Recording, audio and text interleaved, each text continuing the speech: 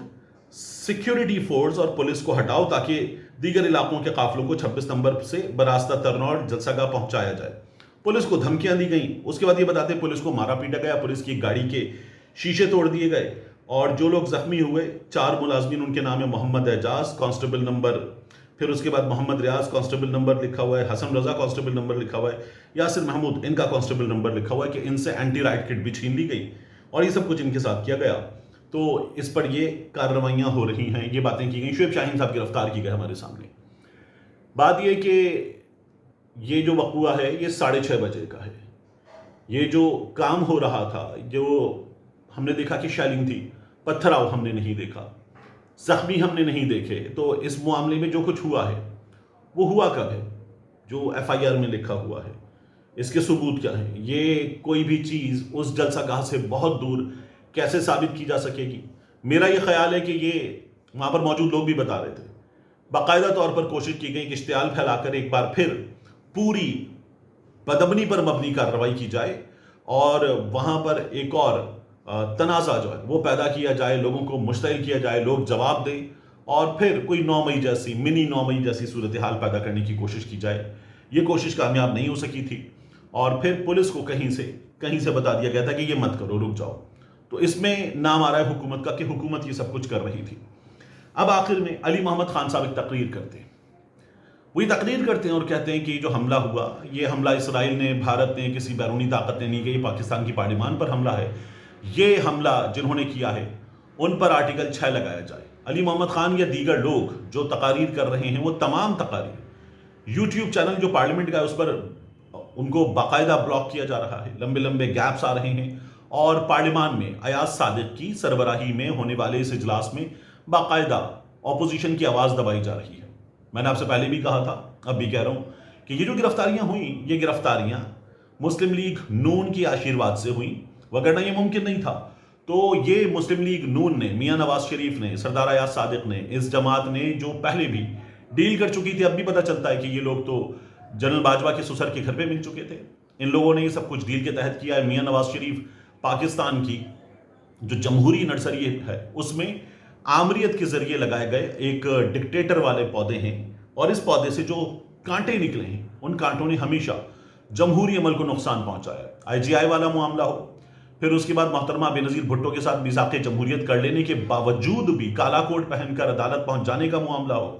پھر اس کے بعد میاں نواز شریف جب پاکستان سے چلے گئے تب بھی ڈیل تھی، واپس آئے ہیں اب بھی ڈیل ہے، اور پھر فارم 47 کے ذریعے حکومت بنانے کے بعد لوگوں کو اٹھانے کا معاملہ ہو. میاں نواز شریف پاکستان کی جمہوری کیاری میں لگایا گیا آمریت کا وہ پودا ہے جس میں کانٹے ہیں، مسلم لیگ نون وہ پودا ہے جس میں کانٹے ہیں، اور ان کانٹوں نے باقی تمام جمہوری طاقتوں کو ہمیشہ نقصان پہنچایا، ان کو لہو لہان کیا ہے، اور یہ سلسلہ جاری ہے. تو پاکستان تحریک انصاف کو کلیئرٹی کے ساتھ ان تمام چیزوں پر بات کرنی ہوگی. وہ غیر جمہوری طاقتیں ہیں، سیاسی طاقتیں ہیں،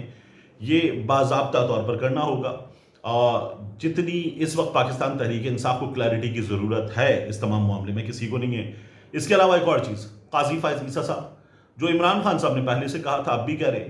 وہ چیز بھی پاکستان تحریک انصاف کو سمجھنے کی ضرورت ہے. آج ایک بل پاس ہو رہا ہے، ہو جائے گا کہ ججز کی تعداد بڑھائی جائے، جس طرح سے یہ لوگ کر رہے ہیں اس طرح سے ہو جائے گا. تو ججز کی تعداد بڑھا کر اگلے چیف جسٹس کو اپنے ہاتھ کے نیچے لانے کی کوشش یہ کی جائے گی. یہ بل چیلنج ہوگا، میرا یہ خیال ہے کہ عدالت میں ٹک نہیں پائے گا، لیکن ججز کی تعداد بڑھانے کی کوشش ہو رہی ہے. پھر اس کے بعد دیکھیے کہ جب آپ کہتے ہیں نا پارلیمنٹیرینز اغوا، تو اغوا تو پاکستان کے جج صاحبان ہوئے ہیں. ایک معاملہ تھا کہ جب رات میں عدالتیں کھل گئی تھی، تحریک عدم اعتماد، اور رات میں اسلام آباد ہائی کورٹ کھل گئی، سپریم کورٹ کھل گئی، اور سب کچھ کیا جا رہا تھا، قیدیوں والی وین پہنچا دی گئی تھی. یہاں پارلیمان کے ساتھ جو کچھ کیا گیا اس پر نہ عدالت کھلی، نہ قیدیوں والی وین پہنچی، نہ کچھ ہوا، اور اب بھی یہ سلسلہ جاری ہے. اور ہماری عدالت میں قاضی فائز عیسیٰ جن کو آئین کا علمبردار کہا جاتا تھا، جن کو قانون کا علمبردار کہا جاتا تھا، جن کو کانسٹیٹیوشن کا علمبردار کہا جاتا تھا، وہ قاضی فائز عیسیٰ خاموش ہے،